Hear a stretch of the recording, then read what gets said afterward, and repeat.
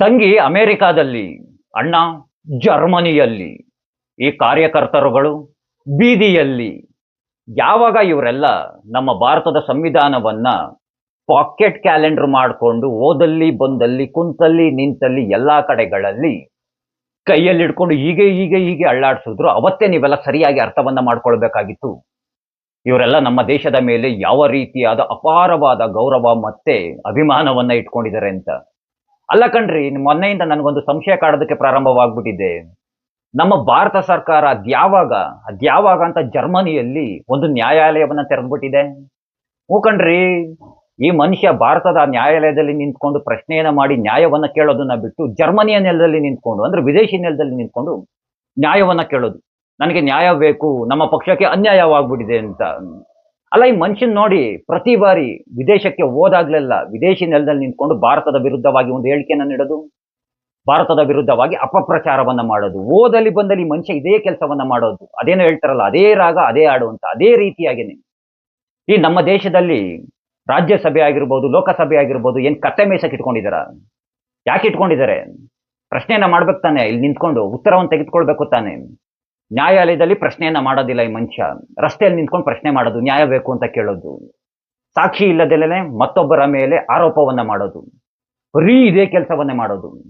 ನಮ್ಮ ದೇಶದ ಒಳಗಡೆ ಆಂತರಿಕವಾಗಿ ಚರ್ಚೆ ಆಗ್ಬೇಕಾಗಿರುವಂತಹ ವಿಷಯಗಳನ್ನೆಲ್ಲ ಡೋಲು ಡಂಗೂರ ಟಮಟೆ ಎಲ್ಲ ತೆಗೆದುಕೊಂಡು ವಿದೇಶಿ ನೆಲದಲ್ಲಿ ನಿಂತ್ಕೊಂಡು ಟಮಟೆಯನ್ನ ಬಾರಿಸೋದು, ಅಪಪ್ರಚಾರವನ್ನ ಮಾಡೋದು, ಭಾರತದ ವಿರುದ್ಧವಾಗಿ ಹೇಳಿಕೆಗಳನ್ನ ನೀಡೋದು.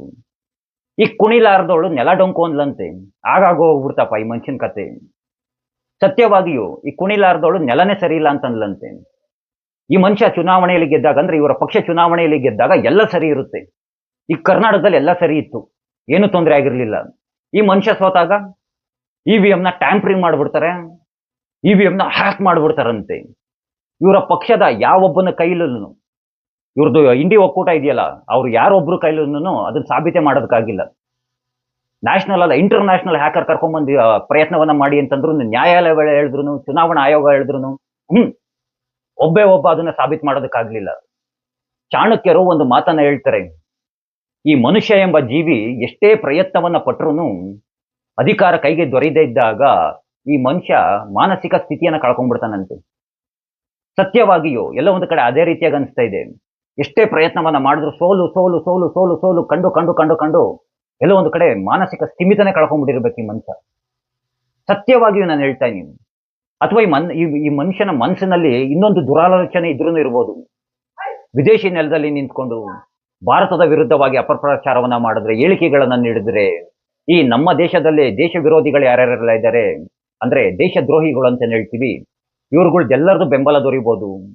ದೇಶದ ವಿರುದ್ಧವಾಗಿ ಮಾತನಾಡ್ತಾ ಇದ್ರೆ, ನಮ್ಮ ದೇಶವನ್ನ ಕಂಡ್ರೆ ಆಗದೆ ಇರುವಂತಹ ದೇಶಗಳಿದಾವೆಲ್ಲ, ಆ ದೇಶಗಳೆಲ್ಲ ಈ ಮನುಷ್ಯನ ಬೆಂಬಲಕ್ಕೆ ನಿಂತ್ಕೊಳ್ಬಹುದು.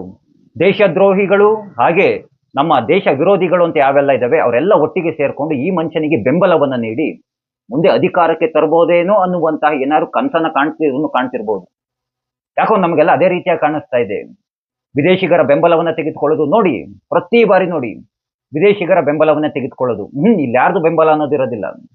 ಯಾರೆಲ್ಲ ಭಾರತವನ್ನ ವಿರೋಧಿಸ್ತಿರ್ತಾರೆ ಅಂತವ್ರ ಬೆಂಬಲವನ್ನ ತೆಗೆದುಕೊಳ್ಳೋದು. ಯಾಕೆ ಈ ರೀತಿಯಾಗಿ ಮನುಷ್ಯ?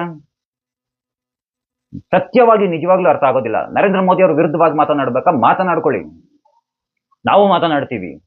ದೇಶದ ವಿಚಾರ ಬಂದಾಗ ಸತ್ಯವಾಗಿ ತಡೆಯೋದಕ್ಕಾಗೋದಿಲ್ಲ. ಸೇನೆಯ ವಿರುದ್ಧವಾಗಿ ಮಾತನಾಡೋದು, ದೇಶದ ವಿರುದ್ಧವಾಗಿ ಮಾತನಾಡೋದು, ನಮ್ಮ ದೇಶದ ವ್ಯವಸ್ಥೆಯ ಬಗ್ಗೆ ಮಾತನಾಡೋದು. ಇನ್ಯಾವ ದೇಶದ ವ್ಯವಸ್ಥೆ ಬೇಕು? ಎಲ್ಲ ನೀವು ಮಾಡಿರೋ ವ್ಯವಸ್ಥೆಗಳೇ ತಾನೆ, ಇನ್ ಬೇರೆ ಯಾರಾದ್ರೂ ಬಂದ್ ಮಾಡಿರೋಂತಹ ವ್ಯವಸ್ಥೆನ?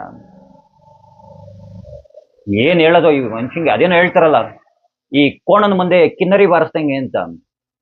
ಈ ಮನುಷ್ಯನ ಪಕ್ಷದಲ್ಲಿರುವಂತಹ ಕಾರ್ಯಕರ್ತರಿಗೆ ಏನೇ ಸತ್ಯವನ್ನ ಹೇಳಿದ್ರು ಅದ್ಯಾವುದೋ ಒಂದಷ್ಟು ಸ್ಕ್ರಿಪ್ಟ್ಗಳನ್ನ ಬರೆದು ಇಟ್ಕೊಂಡ್ಬಿಟ್ಟಿದ್ದಾರೆ. ಆ ಸ್ಕ್ರಿಪ್ಟ್ಗಳ ಪ್ರಕಾರವಾಗೇ ಹೋಗ್ತಾ ಇರ್ತಾರೆ. ಏನಾದ್ರೂ ಪ್ರಶ್ನೆ ಕೇಳಿ ಅದೇ ಉತ್ತರವನ್ನ ಹಾಕ್ತಿರ್ತಾರೆ, ಇಲ್ಲ ಕಾಪಿ ಪೇಸ್ಟ್ ಆಗ್ತಾನೆ ಇರ್ತಾರೆ. ಇನ್ನೇನ್ ನಿಮ್ಗಳ್ದು ಅದೇ ರಾಗ ಅದೇ ಆಡ್ತಾನೆ, ಬಂದು ಒದರ್ಕೊಳ್ಳಿ, ನಾನು ತಲೆನೇ ಕೆಡ್ಸ್ಕೊಳ್ಳೋದಿಲ್ಲ ಅಂತ ಹೇಳ್ತಾ ನಿಮ್ಮ ರಾಹುಲ್ ಗಾಂಧಿ ಅವರಿಗೆ ಒಂದು ಸ್ವಲ್ಪ ದೇಶಾಭಿಮಾನವನ್ನ ಬೆಳೆಸ್ಕೊಳ್ಳೋದಕ್ಕೆ ಹೇಳಿ, ಆಗ್ಲಾದ್ರೂ ಜನ ಒಪ್ಕೊಳ್ಬೋದು ಅಂತ ಹೇಳ್ತಾ, ಕೃಷ್ಣ ಎಲ್ಲರಿಗೂ ಒಳ್ಳೇದನ್ನ ಮಾಡ್ಲಿ. ಎಲ್ರಿಗೂ ಧನ್ಯವಾದಗಳು. ಜೈ ಶ್ರೀ ಕೃಷ್ಣ.